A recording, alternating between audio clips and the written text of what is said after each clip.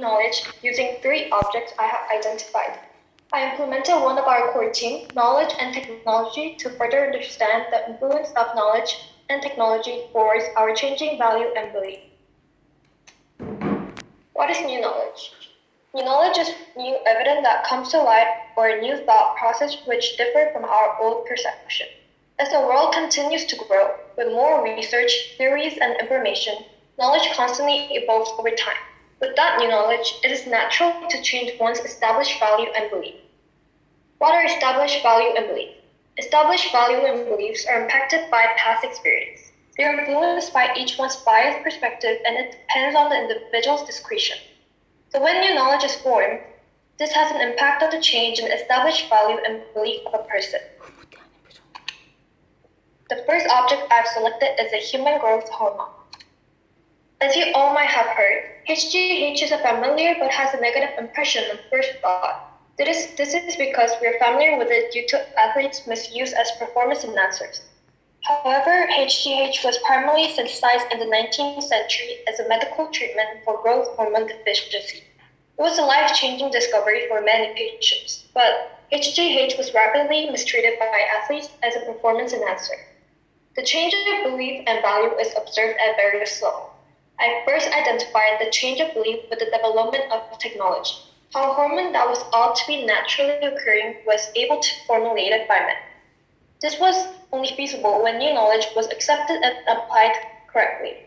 Although discovering something that was previously thought to only exist naturally was a remarkable discovery, when new scientific knowledge was discovered, we raised this use of newly acquired knowledge to a higher level. And secondly, I identified the paradigm shift of knowledge that has occurred in this prompt. Because the anabolic effect of medication on healthy individuals were known, it was rapidly utilized outside of its original purpose.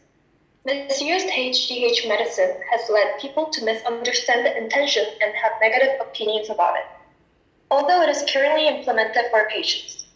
What is important to see in this object is how value has changed from being a medical value to a supplemental value, which is highly depicted to be illegal in the presence of sportsmanship. The second object I've selected is a novel tattoo for a slave. This novel includes a story from the 7th century where slaves are forcibly tattooed as a means of identification of their social status. I'm going to focus on how the value of tattoo has changed. Commoners with tattoos were never allowed to become citizens in ancient Rome.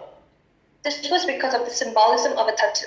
Slave tattoo increased on their flesh provided them an irreversible social standing. Surprisingly, the perception of tattooing has shifted in recent years. This was after the development of new ethical knowledge about the rights of humanity. It was obvious that the slavery tattooing was a problematic practice which violated rights of humans. With the flow of time, the practice of tattooing slaves faded away because the perception of tattoos has evolved as a result of a shift in the emphasis placed on human rights and ethical values. People in ancient Rome rarely defined tattooing as an artistic or aesthetic practice. The tattoo lost its value of marking men's property due to the ethical value.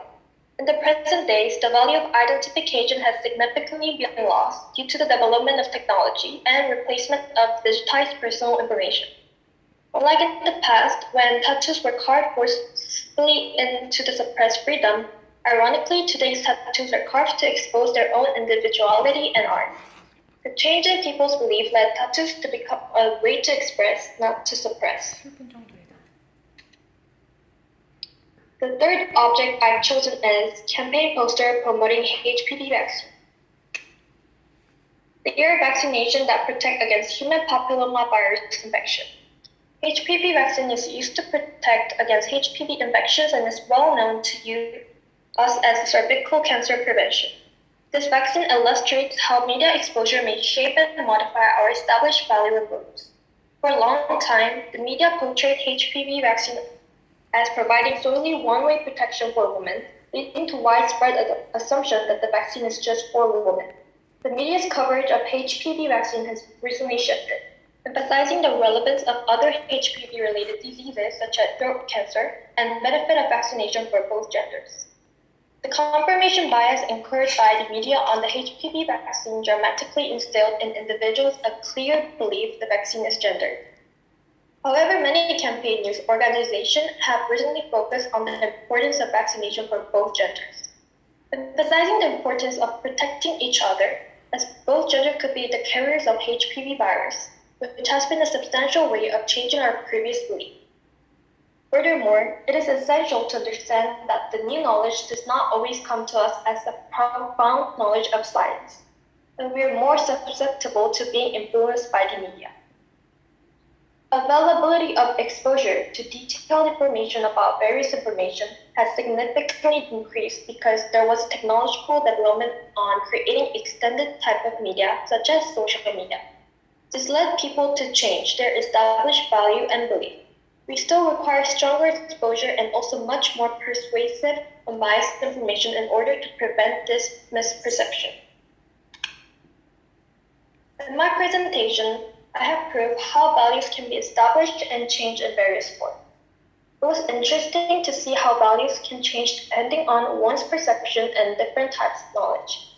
To change the established value, we often do not require to understand the extent of scientific reason behind them. Our values and beliefs can reconstruct with our exposure of media content. Reconstruction of value and belief have also been happening simultaneously with the development of technology as new knowledge has to be accepted in order to further form new knowledge. I believe in the process of formation of new knowledge, change of belief and values are the byproduct. These are the references. Thank you for listening and visiting my TOK exhibition. Thank you so much, Karen.